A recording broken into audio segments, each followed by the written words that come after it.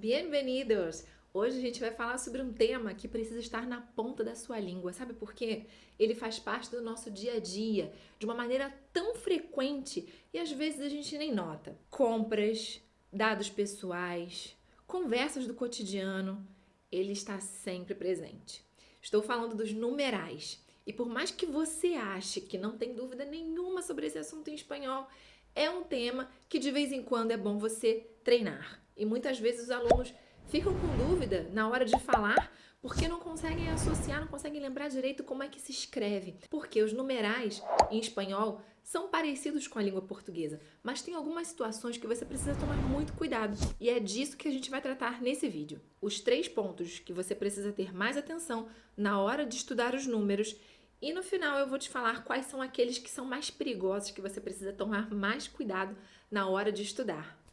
A observação número 1, então, é que até o número 30 em espanhol, nós escrevemos uma palavra só. Tem um vídeo no canal bem completo sobre numerais que eu vou deixar como sugestão para você. Mas só para resumir aqui, depois do 20, que em espanhol é 20, temos o 21, 22, 23, 24, 25, 26, 27, 28, 29, 30.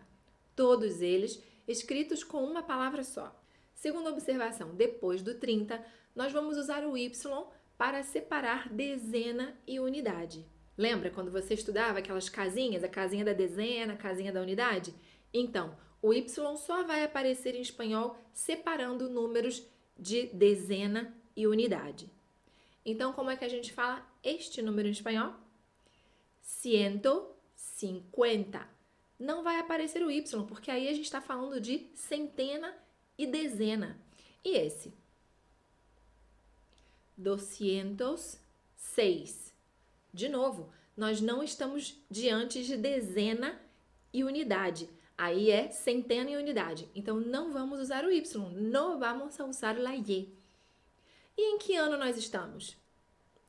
2021. De novo, não vai ter o Y. Agora, olha esse aqui. 547. Agora sim, apareceu o Y somente entre a dezena, 40, e a unidade, 47.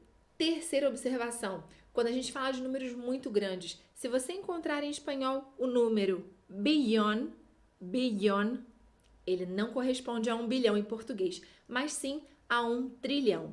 E isso porque, como é que a gente fala 1 bilhão em espanhol? A gente fala 1000 millones. 1000 millones. Esses números bem grandes vão aparecer, por exemplo, quando se fala do PIB de um país, quantidade, população de um país, desses países bastante populosos, né, como a China, como a Índia, dados geográficos, textos que falam sobre o universo, tamanho do Sol, distância de um planeta até o Sol. Em textos, temas como esses, como por exemplo economia, geografia, física, nós encontramos com frequência esses números bem grandes. E nesses casos precisamos tomar cuidado para não confundirmos com o que temos em português. Agora os números que você precisa ter mais cuidado. Eles vão aparecer aqui e aí você fala, depois eu falo e aí você verifica se acertou a pronúncia, se você conhece esse número, se acertou direitinho qual é o nome dele em espanhol, tá bom? Então o primeiro é esse. Em espanhol, esse número é 6.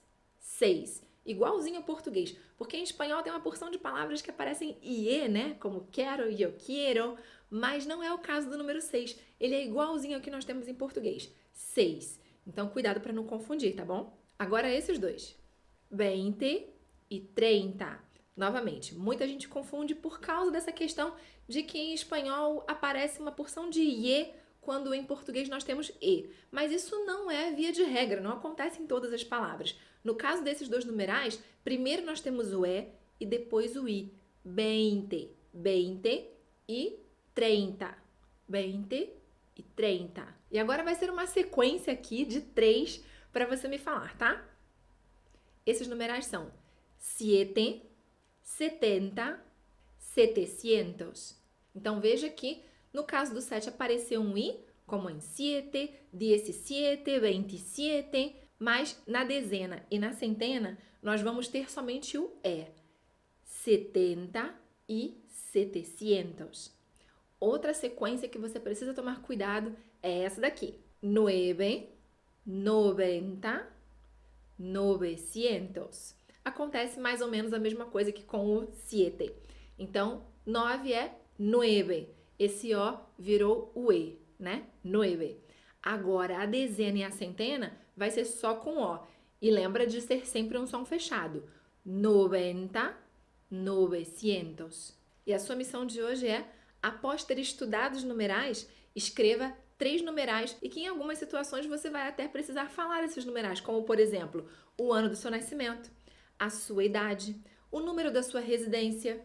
Então, escolha números que façam parte assim da sua vida, sobre seus dados pessoais, para você treinar. Se tiver alguma dúvida, pode deixar nos comentários o número por extenso que a gente vai ajudando. Nos vemos amanhã.